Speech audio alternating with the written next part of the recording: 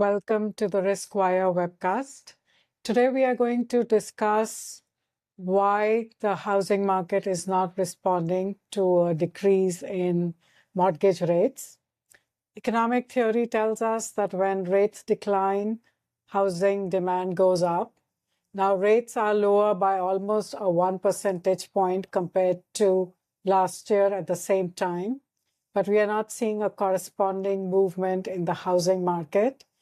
So what we are going to do today is dig deeper, go more granular, and explore why buyers and sellers are not out there in large numbers in response to the decline in mortgage rates. I'm Reena Agrawal, and I'm a senior research economist at Veros Real Estate Solutions. And I'm also at Veros Real Estate Solutions. My name is Eric Fox, and Reena and I have been talking about this for some time and indicating that it seems like right now, Economic Theory 101 just isn't working.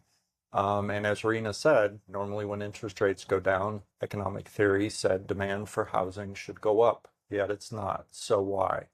So we started to look at the people out there who are buying and selling homes. So who actually owns the housing? Well, 40% of homeowners own their homes outright, so they don't have a mortgage.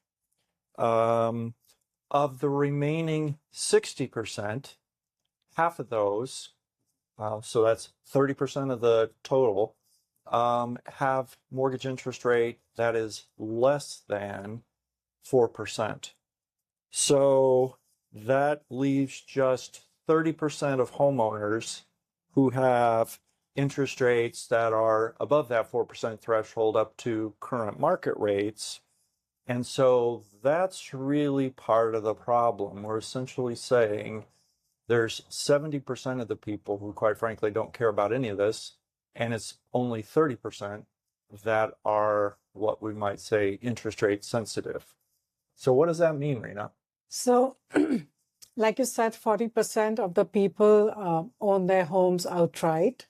So what this means is they do not have any mortgage, like you said. So they are not sensitive to movement in the interest rates. They are free to buy and sell whenever they choose to. So interest rates are really not meaningfully impacting their buying or purchase decisions.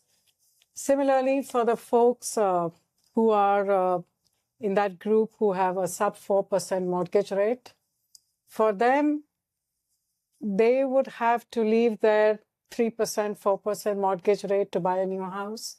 Their new mortgage rate would be 6%.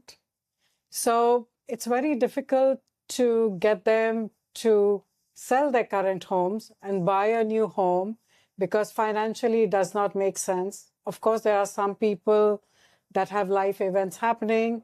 They either need to upsize or downsize, or they need to move. So there are still those folks who will sell, but by and large, most of the people in this category are not going to move out of their current homes.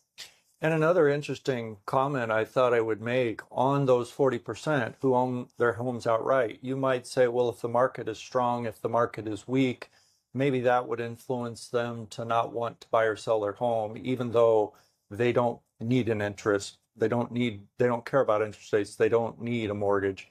However, whenever you're selling in a very strong or a very soft market, if you own your home, you're always going to have one good market and one bad market. So if it's a strong seller's market, which means it favors the sellers, then they're going to get a great deal on their home when they sell it, but then they're going to have a very difficult time buying another home because there'll be a lot of competition.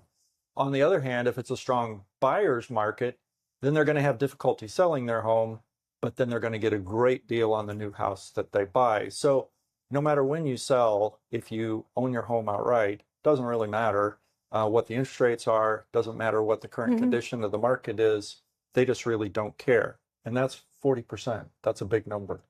So essentially, we are talking about that 30% that have a mortgage rate higher than 4% that are really following that economic theory principle, that is, when rates go down, demand goes up. It's these folks who are probably more likely to sell their homes and move in response to the decline in mortgage rates. So that is why we are seeing a very slow movement or a correspondingly low movement in the housing market compared to the decline in mortgage rates. So is sort of what you're saying, Rena, that instead of saying economic theory says interest rates go down, demand should uniformly go up, we're saying for 70% of the population doesn't really have anything to do with anything, and only for 30% does it really matter. And so as a result, the impact is muted at best. That's right. So now that's a supply side. So now let's look at the first-time home buyer. What is happening with the first-time home buyer that we are seeing such few purchases in the market? One thing that we are seeing is that the age of the first-time home buyer, that has gone up to 40 years right now. And just a few years back, it was 32 years. So we are seeing this huge increase in the first-time buyer age. And I think there are a lot of factors behind why that is happening. I agree with that. This past week also on the Wall Street Journal, there was a very interesting article that came out. And in 1989, 55 people aged 55 and up controlled 56% of the wealth in the United States. So wealth would be monies that they had saved as well as equity in their primary home. Those are two of the biggest sources of wealth. Today, that number, age 55 and up, has gone from 56% to 76% of the total net worth. So the people 55 and up are owning more and more of the net worth in the United States, which translated to generations is baby boomers and the older Gen X's. And so correspondingly, if you see that the younger cohorts, especially the Gen Z and the younger millennials, they just have 7% share in the total net worth in the country. So which means that they have, in terms of finances, it's just not right up there that they can compete in the housing market with such a low share in net worth. So another very interesting piece of data that I came across is with regard to 30-year-olds. So if you compare how they were behaving in 1985 versus 2025, so that is a 40-year difference. In 1985, around 83% of 30-year-olds were living on their own. And right now, that number has dropped to 67%. Now, if you look at the percentage of 30-year-olds that were married, or at least married once in 1985, that was 77%. And that number dropped to 45% in 2025.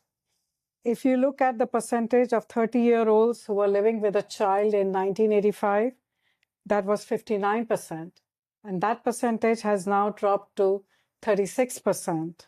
So getting married and having kids typically triggers a home purchase.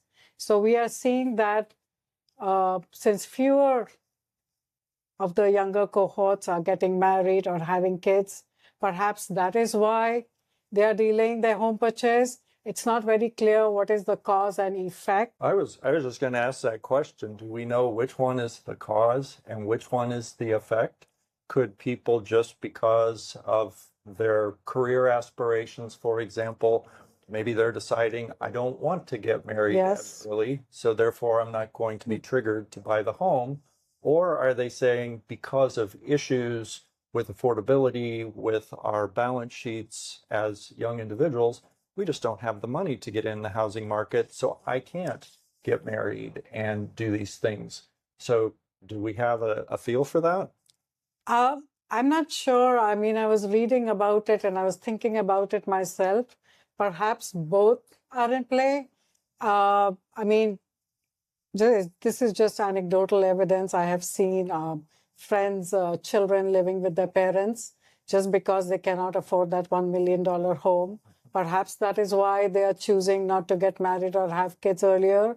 Or it could be just that they are choosing to be in school longer. They are trying to set up their careers and waiting for a while. And perhaps it's just like a change in what matters more to the younger cohorts right now. Is it just more building their career and having that flexibility to move? If they don't own a home, it's very flexible for them to move from one metro to another, and if they're just renting.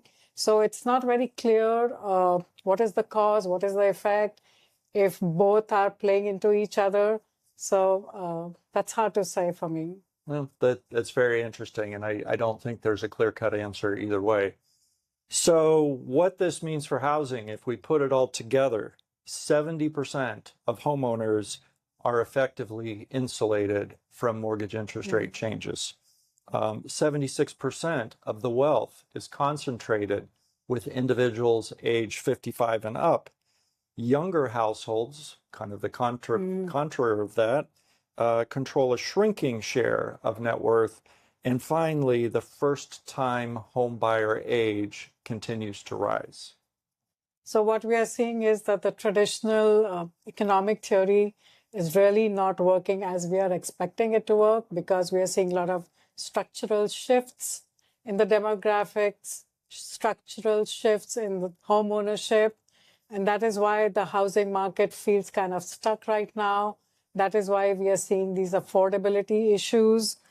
And that is why there are fewer sales and purchases. But I'd like to add something. We are talking about that Gen Z owns a very small share of the net worth in this country. But I think something to look forward for them is that they can expect a huge transfer of wealth from the baby boomers and the older Gen X. So, there is something to look forward to for them. Always a silver lining, but very sobering data in the meantime. My name is Eric Fox. And I'm Reena Agrawal. Thank you for joining us.